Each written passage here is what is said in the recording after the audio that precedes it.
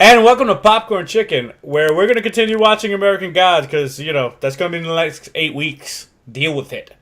Um, this week we're talking about episode 2, which was The Secret of the Spoons, which is such a great name for anything ever.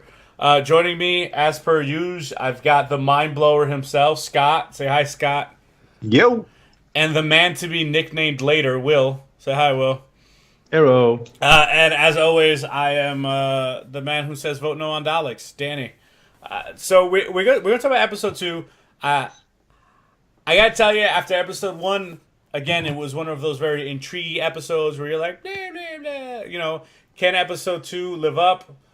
Boy, do I think episode 2 lived up. I feel like episode 2 took us to the next place. So again, highly advise you guys, if you're watching and or listening, go and watch American Gods episode 2 or live through us. Let us surmise it for you in this very spoilerific podcast for, again, episode 2, season 1, American Gods. So we start off on a slave ship, right? And this wonderful thing happens, right?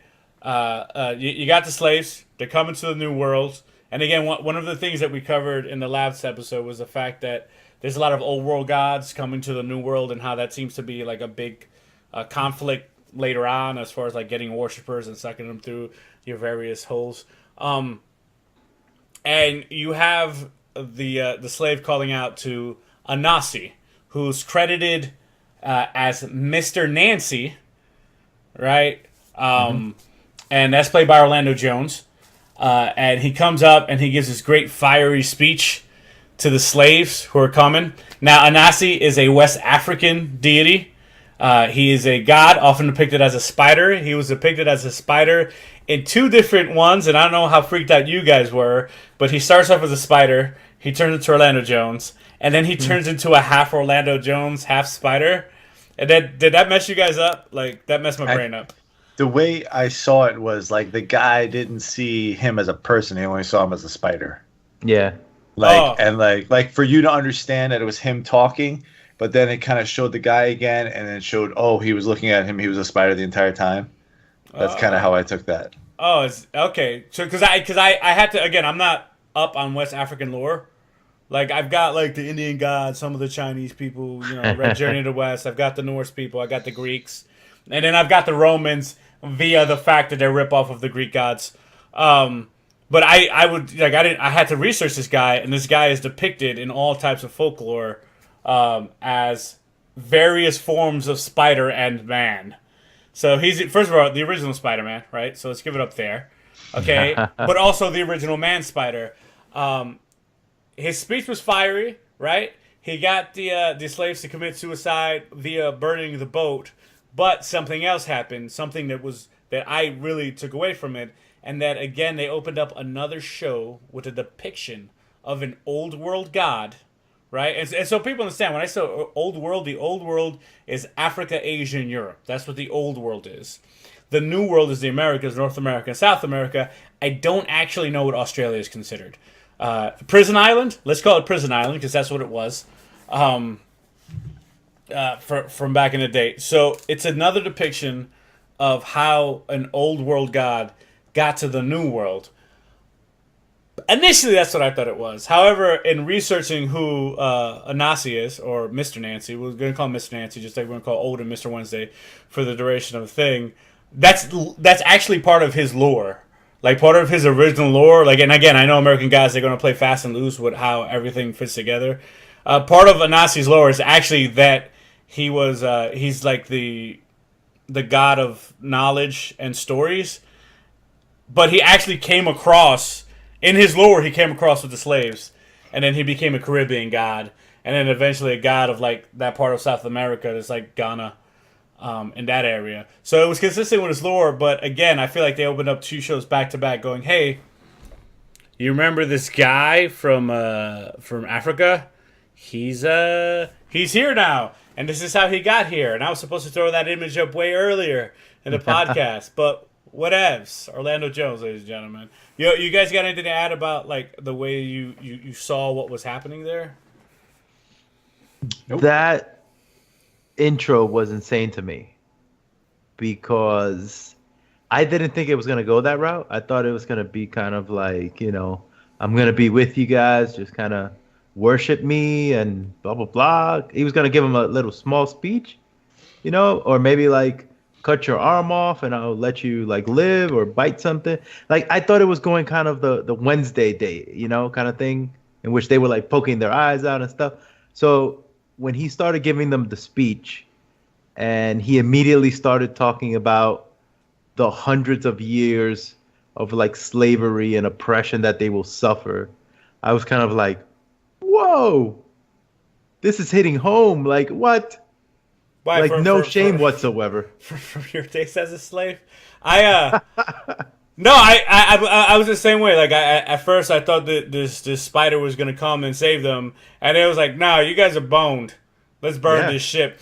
But again, it ends up fitting with who he is because again, he's not like, from the research I did between Sunday and now. Again, I did a substantial amount of research on this guy because it's one I'm not familiar with. He's not a Marvel comic superhero, so I have no idea who the hell he is, right? But he's knowledge and lore, like that's his thing. He just knows stuff. So he just showed up and he's like, "Let me tell you the story about how all this stuff is gonna go down. Not good. This is not gonna work out well for any of you. So just burn the motherfucker down." And also, I got across the ocean because I'm a spider god, not a bird god, so I couldn't fly over. And I wasn't expecting that. Like, I get it, sacrifice and all that stuff. But that one, I wasn't expecting. He literally told them, why don't you die for a purpose? Go, like, murder these people and burn this thing to the ground. Like, yeah, I wasn't expecting that. The entire series carries a dark tone. And by entire series, I mean both episodes. Carries, like, this real dark tone. And I like it because I am, I don't know if you guys, I'm not a fan of happy endings, right? Like, one of my favorite movies ever is Reservoir Dogs. Right? Not a happy ending, right? No. Pulp Fiction. Happy ending? I don't know. Okay, those are two Tarantino films. I didn't mean to do that. But you by the way, go ahead. That speech felt like a Tarantino speech. Little bit, bit. But Tarantino, I think is a little raw.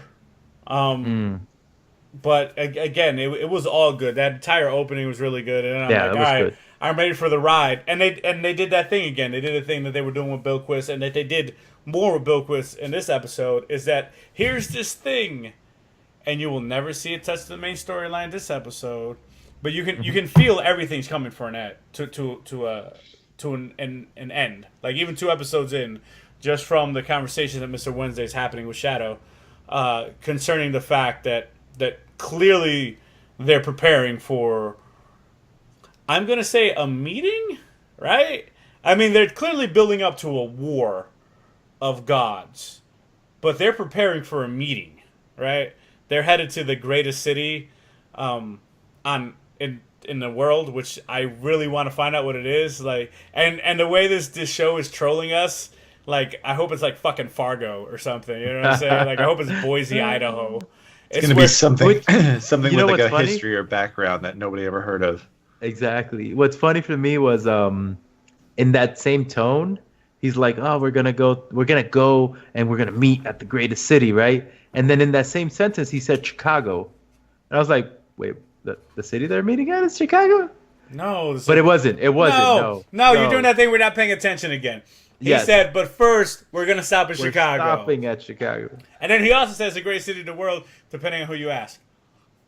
I believe the dialogue went, greatest city in the world. He said, where is that? He goes, it depends on who you ask. He goes, but first, we're going to go to Chicago. And he goes, why are we going to Chicago? He said, to get my hammer. There you go. Yes. You see, you know, this is someone who paid attention. Well, somebody who just watched it. Literally. Just watched it. Literally just watched it. But before we move on to that, I want to actually talk about Bilquis again because this is another episode that featured our the presupposition that she's a goddess of love, right? The Queen of Sheba, Bilquis, right? Again, who is a god whose lore originates all over the old world, to include Africa, and she sucked more people in, which clearly. again, there's a theme rolling throughout the show concerning this need to be worshipped. And when we get to I Love Lucy, I'd like to talk more on that. But she did something very like interesting. And we had a lot of questions the last episode concerning the powers of these gods and deities and supernatural people and where they stand, with Mr. Wednesday having to take a plane, having to request Shadow, Mad Sweeney fist fighting, right? Right now we're under the assumption Shadow's human, and we're gonna continue with that presupposition until something in the show tells us otherwise. And again, I'm of the mindset right now that he is human. Until they show me otherwise, because of the interaction he had with I Love Lucy. We'll get to it later. But she went to the museum. And when she went to the museum by herself, when she was done sucking people into her, and this we're gonna tackle it, day by day. She basically went to her own exhibit in the museum. Right? And you can see that she longed to wear whatever that jewelry thing was that was in that case. She I don't know whether we're seeing what she was projecting in her head or whether she was making that projection happen in real life, but you were seeing her imagine herself still wearing her stuff, right? And like for me, I see that, and it's like she's longing to be at her old post. Yeah, because when she came in, she was staring at that statue of herself. Yeah, you could tell she was statue, like, yeah. You can feel that sense of, I miss those days. I thought she was going in there like, okay, maybe she, ate enough people that now she has power to like steal something or whatever. But literally, she just went there to see what she once was, I suppose. Yeah, but when you go back to that first episode, though, she doesn't want to suck people in. She wants to be worshipped before she sucks whoever she's sucking in, right? Whatever gets the rocks off. So, I just thought that was interesting because again, she played a very small part. She sucked like 5 people in, 5. Couple dudes, I don't know. She didn't chicks. Discriminate. No. She was all over the place. That lovely red room. I'm gonna make one in my house. It's great. Matches my shirt. And then she went to go visit herself, which was fucking surreal. Which is like a surreal moment. If you could go back, could you imagine like 1,000 years in the future, you can go back and see the fucking shrine to Scott, and you're like, I remember when people liked me. Now people just crawl into my pee hole. Probably just curtains. It would just be the curtains will be the ones in the glass show. It would just be shower curtains. Yeah. That transition from them driving in the car and a drift up into space with his dandelion seeds flowing into space and the lightning coming down after talking about going to get the hammer, and going into the first guy naked out in space was hilarious. And I was like, that was the old guy, right? You're right. Yeah, that was the first guy. Like that transition, I was literally like, okay, we're going to space. All right, this makes sense. Gods, whatever. And it was just some naked dude, like as if he was still in the position that he was in when he got sucked in. It was pretty funny. I thought it was gonna like do like a Thor kind of thing in which it was going into space and going to like Asgard or some other like plane, and it just went to space and you see this guy just kind of floating there. We found out that Billiquist does not discriminate. Mm-mm. She doesn't just do guys. Nope. Which was interesting. I didn't see that one coming. She doesn't really care, which was interesting because she was just like, anybody, just come adore me. Mm-hmm. Worship me. So from that Billiquist transition back to Mr. Wednesday and that lightning thing, I'm gonna get my hammer and then showing lightning. It was like Thor, which got me super excited to see Thor. But this really cool thing happened, right? There was tons of awesome dialogue between Mr. Wednesday and Shadow. And by the way, the lines that they're giving Mr. Wednesday are just phenomenal. Ian McShane continues to impress me in everything that he does. I'll probably come off like I'm blowing this dude pretty hard, but I actually again, think he's really good at everything he does. So he goes to the store, right? He gives them a shopping list because they have to go see some people in Chicago. He doesn't want to show up empty-handed. And we meet someone via the TV. We meet Lucille Ball, right? So of I Love Lucy fame, although it's not really Lucille Ball. She doesn't introduce herself in the show. She's credited as Media, right? That's her name in the credits. And I just want to say that Media is Gillian Anderson, right? Who is fucking Dana Scully from the X-Files. That's Dana Scully from the X-Files, which is like, because I didn't even recognize her. I didn't either. Oh yeah, I didn't get that. I went into the credits. That's who's being credited as playing her. Is Wow. She aged well. Yeah. Tell me about it. I wish I could look that. She definitely she's looks gotta like be I Love Lucy. 800 by now, right? She's 50 something right now. 50 Whatever. something. I'm sure she'll bring it up. But this conversation between Media and Shadow, I think, is the most important conversation in this entire episode. Because she says a few things. One, she's the second non-god god, right? She has her superpowers, but she's not an old world god. She's a new world god, right? She's just like Technical Boy. She actually references Technical Boy, so clearly she's in allegiance with Technical Boy. And Technical Boy was representing the internet, right? This worship of the internet. Now, when I saw it, represented television, so she's kind of an older new god. But being that her name in the credits is Media, that means she represents TV and all media. Yeah. Separate from like the internet and the technology. She's a new world god. She says something very interesting to Shadow. I didn't write down the quote. You might remember. She says that he's not like the first one that Mr. Wednesday has recruited to help him. Mm-hmm. And I remember going, okay, and that's what's leading me to believe that there's something less spectacular about Shadow on the surface.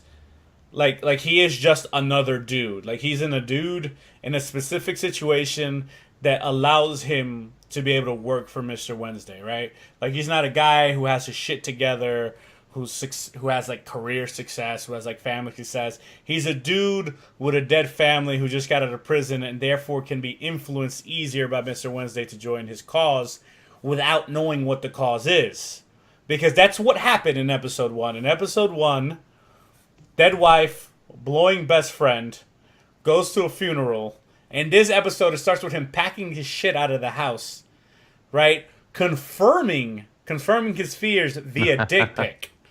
Right, from the phone, right? So his stuff is in total shambles after he got out of prison, and in the first, he'd never asked any questions of Mr. Wednesday specifically. He said, "Come work for me." He ends up hanging by his neck from a tree. He comes in this episode. He's like, "I'm hanging by my neck from a tree. What the fuck?" They're like, "I'll pay you more." He's like, "Fair enough." And then he just kind of sticks around, right? Like people who are in a different situation wouldn't be susceptible to that. So we're kind of playing this idea that there might be something special about Shadow Moon himself, and there's probably gonna end up being something special about him, and that he's the dude after a million tries of dudes who's different, right? But his actual targeting seems to be circumstantial, right? If he's not the first one, and they made it sound like everyone else killed themselves, right? Did anyone get that? That everyone else, Mr. Wednesday, has... Or is that just a vibe I got? That was kind of like when they were in the diner, when he's like, about going mad. Oh yeah. And everything, and he was just kind of like, either you're going crazy or the world's crazy. Yeah. And I think that was kind of like the, you can quit and go off yourself or whatever, or keep trucking along. But the vibe there though was that there was like a suicide, right? So Mr. Wednesday's former people are dead. That's how media made it sound. Media made it sound like these people are now dead, right? Like they've done this before, right? So he's the latest pawn in this game. The show is leading up to a war between old gods and new gods, and I really am interested to see where characters like Bilquist and Mr. Nancy where they fall into it, like if they have their own interests, because there seems to be they're headed towards some type of conference, and I don't think it's going to be in the next episode. I didn't get that vibe. I turned off the thing before the previews. I don't like to see next time on. You got me. I'm going to watch it. No spoilers. So they're headed towards some big meeting that is, of course, going to explode into a war, and Shadow Moon's going to play some major part in it. So I just got to wonder, like, has he hired human bodyguards before who have died? Like, have he hired people to champion his cause? I know you guys don't have the answers for me, but these are the things like I'm thinking about. Are we going to get some, like, backstory? Like, are we going to have to, you know, get some throwbacks to the former Shadow Moons? And what are those guys going to be, you know? Like, Saturn Hat? Like, I want some really badass names for everyone else that he recruited. So that was the whole thing about media. So we got our second New World God, our second god revolving around our current thing, and that theme, by the way, of who we worship, right? So it's like we used to worship Odin when we were on boats and needed wind, and now we worship media and technology. Like it's a little heavy-handed, you know. The name is Technical Boy in media. It's very little, super heavy-handed. That stuff, but the concept is still very interesting, and I'm still hooked and I'm moving on. So before we go on to Thor, anybody got anything else for media? I have a side note, but go ahead. No. It was nothing. Go ahead. Someone go. My side note was that it was in relation to the Bill quiz thing. I don't know if you guys noticed, but she did when she absorbed the first guy. And You're even obsessed, bro. and even the other ones after that, it looked like she was getting slightly younger. Like her like she looked a little bit different from the worshiping stuff. Was it just me? She looked different from the first person that she ate to the way that she was looking. I didn't notice. It would be subtle, but then that kind of changes her her motivation. Where I think so far we're assuming all these people are looking for worshipers and gathering people on their team. Mm-hmm. Right? You would then change her motivation to sustain herself. She has to devour these people. But there's another part of it. The fact that the first dude was floating in space would lead me to believe that those people aren't dying. Right? So yeah. It could be like a visual thing or something, and they might not ever get to explain the magic that goes into it, but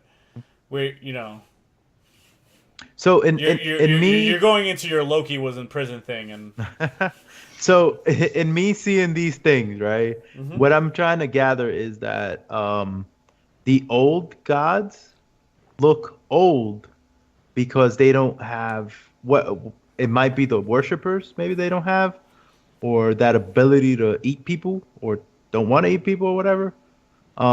So that's why they look so old. That's what excellent I'm transition, my friend.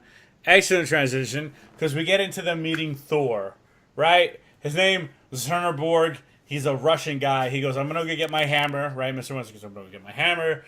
Mr. Wednesday's Odin, right? That's not, we covered all that last episode. He is Odin, therefore his hammer would be Mjolnir. It would be Thor, right?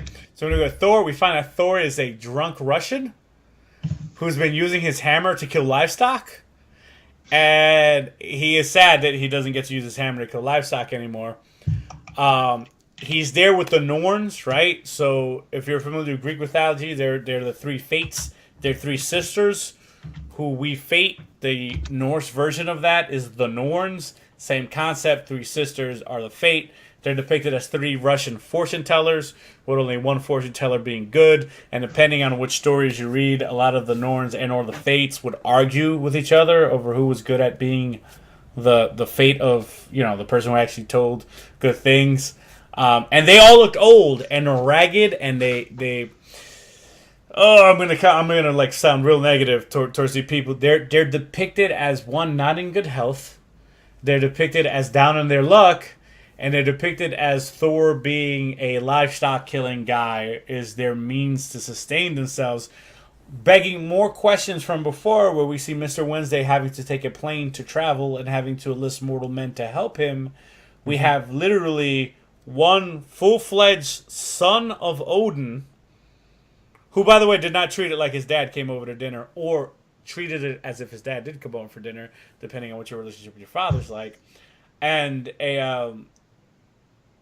and the three older ladies, having to make money to survive. Like, they need money. Like, Thor has a job. Right? Like, I don't want that to be lost on anyone. Thor literally has a job in order to make money. Like, that's how it's depicted. And the three people who weave fate in that same mythology, within the Tree of Life and everything that happens in Norse mythology, simply have to, like, read fortunes for money. What was up with the sister? I mean, or The whatever. sleeping one? The one, well, she talked, and with the binoculars. So, Yeah. again, like, and I get it mixed up with the Greek fates and so there was the fates in Greek mythology, there was the Norns, and then there were the fates again in Roman mythology, and they all had weird perks. Like, sometimes it was just 3 chicks, sometimes it was 3 old chicks, sometimes it was 3 young chicks, sometimes it was, one chick could see, one chick could hear, one chick could talk, which is what I thought that they were doing when the one girl didn't talk at all. And then other times they literally share an eye, like I've seen it depicted where they share an eye. So I don't know what it was, but he brought each of them a unique gift. Yeah. And hers was the binoculars. So at first I thought they were doing that gimmick where she was the eye, so she needed the eye, the binoculars, while the other one talked and the other one didn't talk. But then it turned into this whole thing where the one in the bedroom could talk too. So that is honestly the biggest cliffhanger from the episode, because the episode ends with Shadow Moon losing the game of checkers, which, by the way, I looked up checkers. It has very little to do with Norse mythology.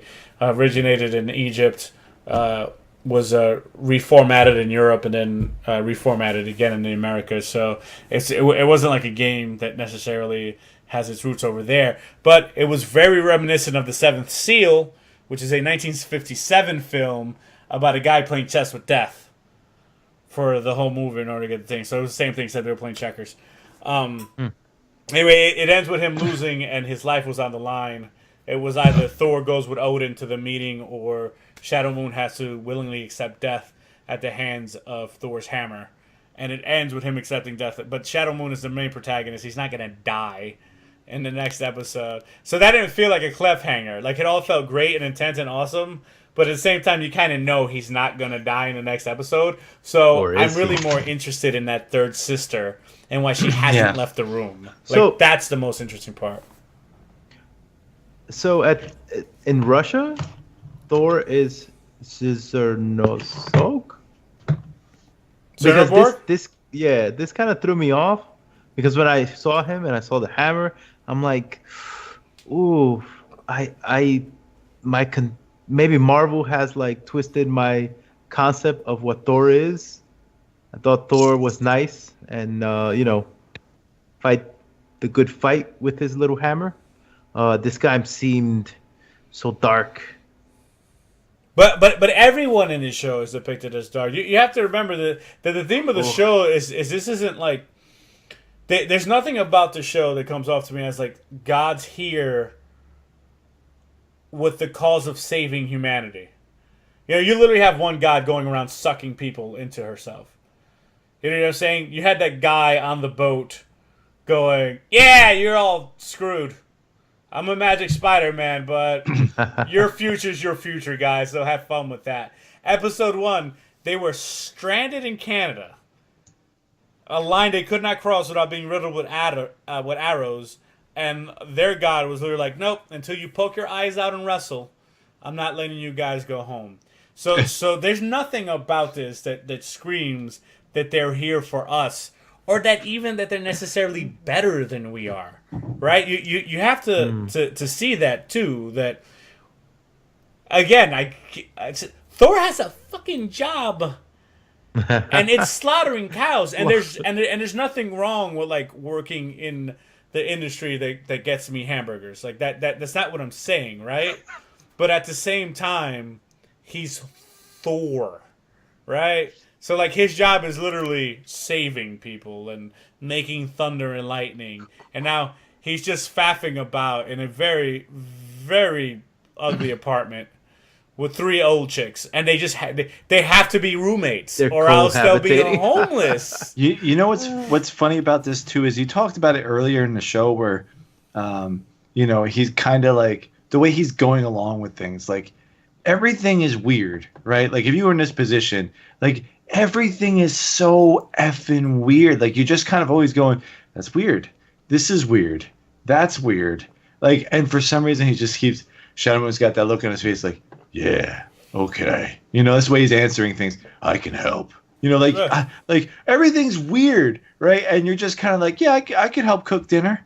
And you're just like, dude, none of this, like, it's like, There's I'm nothing done. like. I'm done. I'm out. This is weird. But it's crazy because the show was kind of self-aware for a second when they're in the diner, and he's like what the hell is going on? Yeah. 1 minute I'm getting hanged, and like I don't understand anything that's going on. And Wednesday's like, well, you have a choice to make, whether you believe it or you don't. You take the red pill or you take the blue pill. Exactly, but it's your choice. I'm not very going to much- answer this. Wait, well, hold on. Let's back up for a second. Mr. Wednesday didn't offer him an out.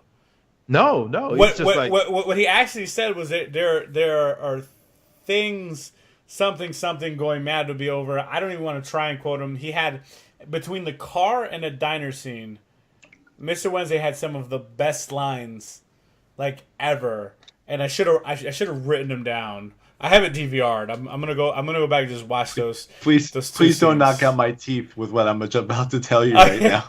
That was another one. That was another great one. I mean, it's like, I understand that your wife died. He's just good. He was just. You're right. In that scene too, he was phenomenal. Like everything they have him doing, he's so well written. And everything's going good. But he has that moment. Shadow Moon has that moment where it's like, where Zerenborg is like, all right, here's the deal. If you win in checkers, I'll go with you and go faff about with Odin. If I win, I'll kill you with my hammer, and you will need. And again, when we talk about worshippers and stuff, one of the very important stipulations of his rule was you will kneel willingly. Mm-hmm. And allow me to kill you, right? It's not that you will subject yourself to sacrifice before me because I'm a god, right? That's what that reeks of. And to hear the everyone's favorite cosmonaut from Armageddon say that, it's like, what? Space station. Before he agrees to it, right? Shadow Moon is like, well, if we're in a world where TVs can talk and the internet can bite me or whatever, I guess I'll, whatever. I'll do it. I'm whatever. I'm doing it. Or, more of that, like, dude, this is crazy. Here's more money. All right, fair enough. And then he's like, he's like, your life for my accompanying you on a trip, by the way. And as of right now in the story, like, I don't think that the stakes are clear to Shadow Moon, right? Like, he's not tracking it as the gods are about to go to war. That's not what's happening. He's just like, going, I'm with a con man, and fucking TV talked to me, and I fought a leprechaun. So, a full-size leprechaun, by the way. So, yeah, let's play checkers for you bashing my head in like a cow, which you're so horned up to do because you're not allowed to bash things with your hammer anymore. But then again, right before that was a surreal moment with the blood dripping down the hammer. That's there sometimes and not there sometimes. Blood really weirds you out, man. I get that. You mentioned in the last episode all the blood going around. You're like, a little blood. ladder. And now you're like, hammer blood. Or, hammer blood. Fucking Spartacus. Anyway, Spartacus. So what it did such a good, because again, like, none of them are using their names, right? Mm-hmm. Mr. Nancy, his name is Mr. Nancy. His name as a deity is Anansi, right? He's called out by the slave on the boat by name. He appears, right? They never say Odin. They haven't said the word Odin yet, right? But they give you the heavy Odin symbolism, right? Bilquis is Bilquis. She's billed as her name, and then the other two gods are imaginary. Well, not imaginary, or new, right? Technical Boy and But she does refer to him as Technical Boy. Mad Sweeney. Yeah. Mad Sweeney, that's his name. Like, his name is Mad Sweeney. So it's very interesting, this kind of line that they're walking. Which deities are referred to by their actual names, and which deities are not referred to by their actual names, right? And by the way, they didn't say Technical Boy last episode either. Technical Boy got his name this episode. The only reason that we said Technical Boy last one, and we were calling him Technology Boy to start, was that I looked him up in the credits, because I'm like, I didn't want to call him douchebag with a tight man bun.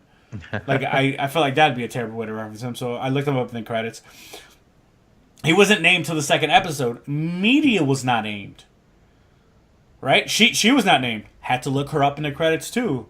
So those are essentially mystery characters for the new gods.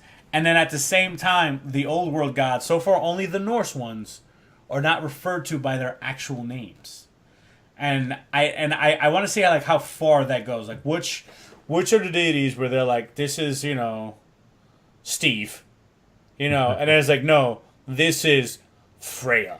And it's like, wait a minute, why is she called Freya, but then this guy's called Steve, and Steve is really fucking Anubis? How are we doing this? I got the vibe when I was watching this again, because I swear every time I watch this, it could be anything, right? Like, I didn't really pick up that he was Thor, right? Until we talked about this pre-show. It's just because I'm not up to date with this stuff. I'm just following it. When Odin said hammer, I was like, oh, does he have a hammer? I don't remember him having a hammer, right? So like all this is kind of like, for me, I'm coming from the perspective of somebody who doesn't know what's going on. And the vibe I got was almost like Wednesday and the Russian cosmonaut and all those people and the three sisters. It was almost like they were in hiding. And I know that they were like poor and struggling to get by, but it just almost seemed like they were just like hiding in the dark. They're doing this to get by, and they're just staying low. That's what it felt like to me. Oh, and that other guy that he saw at the diner with the glowy eyes. Yeah. Oh yeah, I gotta know who that is too. You're right. Like, there's that moment where Mr. Wednesday has a pre-meeting when he sends him out to the store to get some stuff. So I hope we get a reveal there. I actually didn't even check the credits for his name. I hope so too. That would be very interesting. Wait. That was his name? The name is the Jinn. That's his name. Oh, that's what his name is. So in the show. So jinns are desert demons. So they're desert demons that show up in a few mythologies. I don't think any of them Norse. I don't think the jinns are Norse mythology, because, again, desert demons. So not a lot of demons up in up in Viking land. So there could be another jinn that I'm not familiar with, but that's very interesting, because it would be the first cross of the pantheons of different worship, because I think this is leading to an old god, new god war. Like, I think that's where the story is setting up to go, or at the very least some type of multi-faction war. But I don't think it's just going to be straight up Norse gods against Media and Technical Boy. Like, they've already shown a combination. Yeah, they've already shown African gods, right? West African gods, and then depending on what version of Bilquis they're showing, but clearly she's being shown as an African god too.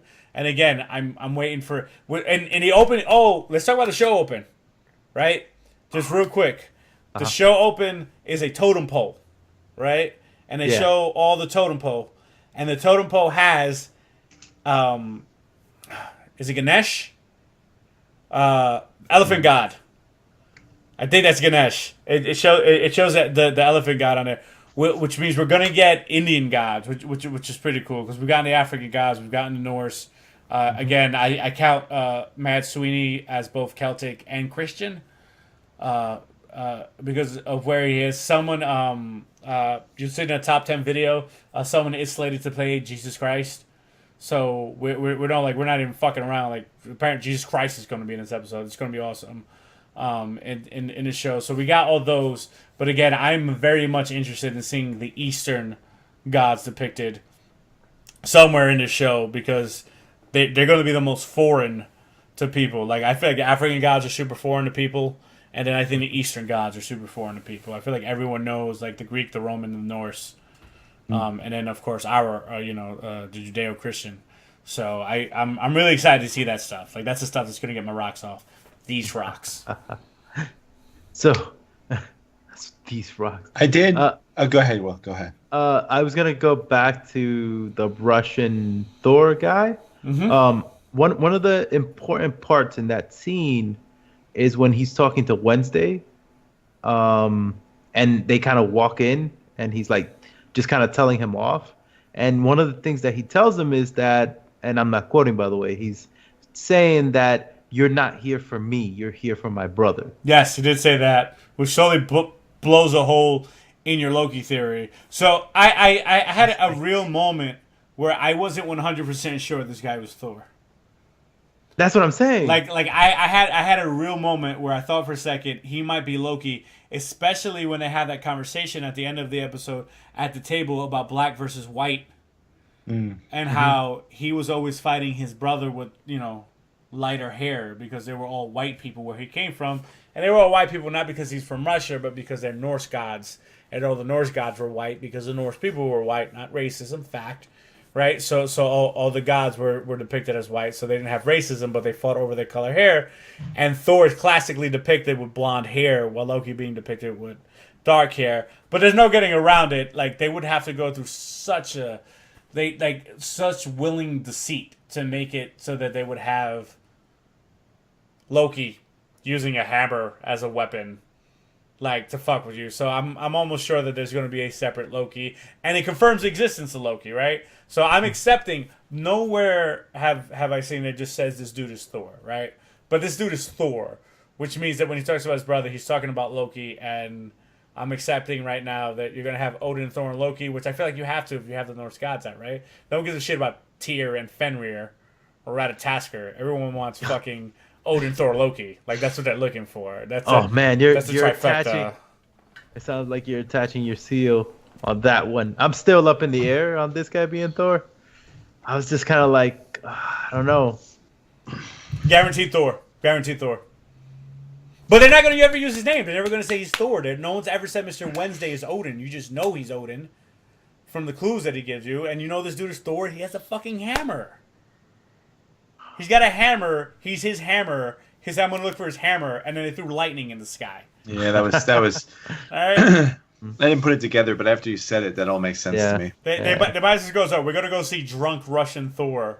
But Thor has fallen quite far. They all have, though. I will say this on a quick side note about Shadow Moon. I don't know why this popped in my head right now, because I was just thinking about him at that dinner table, and they're talking to him, and she reads the fortune about him, and obviously something happened. They read the tea leaves, and that he would drank out of, and obviously something is going on coffee. with him. Yeah, was it coffee? Or I thought it was tea leaves. So obviously he's significant, and if you think about it, and I'm pretty sure with Technical Boy it happened, and definitely with Mita, they both tried to get him to work for them. Yes. Which is interesting because it's not only like, hey, he's got somebody, but whoever Shadow Moon is so significant that everybody wants him, right? I mean, Technical Boy killed him, but media was all about like, oh, he's acting rash or whatever the hell it is, whatever. But everybody wants him. So I keep every scene that he's like at rest for a second, I'm like, oh, some other god's gonna come in and try to bribe him away from Mr. Wednesday. So on that scene, completely just like glossed over, right? He gets noosed up. He's on the tree. Someone cuts him, and then someone murders all of them, and like no one is taking responsibility for who saved him, who murdered everyone else, and it's just accepted that I guess I survived. Yeah, that is something that I'm really interested in the answer on. Going back to Technical Boy is a boy, right? And media has been around longer than Technical Boy, That's right? true. Depicted as a in an older woman, not an older woman, but an adult woman. Technical Boy depicted as a boy. He says he was rash. He had that moment of, if I can't have you, no one can have you. I'm taking my toys and leaving, kind of moment, which is good. Again, immature God, newer God, Young. the God of technology is the newest God. Our worship of the internet is the newest thing we have, and it's not behaving, right? It was arrogant. It showed up in a limo, right? Media showed up in a TV, in a vision, taking the guise of Lucille Ball, right? Anasi was dressed sharp, right? You have Bilquis doing her one-on-one, right? Thor is weathered and living in a hovel. Mr. Wednesday is a distinguished businessman. Technical Boy is a goddamn arrogant social media prick, driving around in a limousine, abducting people with his tight man bun. Ugh, the worst. Tight. The worst. By the way, this episode ended with the best last line of any episode of any show ever. It's too bad you were my only black friend. Yeah. Best fucking way to end. Wow. Roll credits. Wow. Because, it started on the slave boat. Over dinner, they had a conversation of, race and how people... And by the way, there's a bigger thing in it. That is that people will find a way to divide themselves and fight. Like that was definitely a message in that conversation. It's not about race, but he was like, we don't have different colors, so we fought over who had different color hair. And that's a real thing. Depending on... how you feel philosophically about it. And the end of that line, it was perfect. The show is 2 for 2. Again, 100% positive. Shadow Moon's not dying in the next episode. I would say 70% chance the third sister interferes. And I'm gonna go 65% chance that Thor ends up at this meeting, and also 100% chance the next episode is not the meeting. No.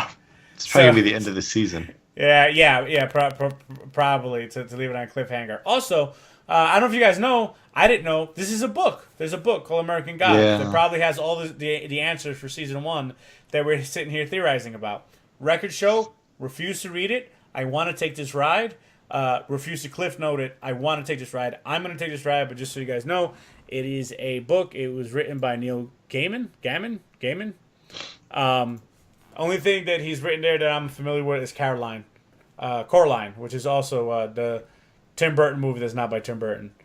Also very dark. It's another thing that's very dark. Guy's a British writer. Maybe I'll read it one day, but right now the show's too good and I don't want spoilers for the show. I know. That's I feel the super same. important to me. So I'm not I don't even watch the next on.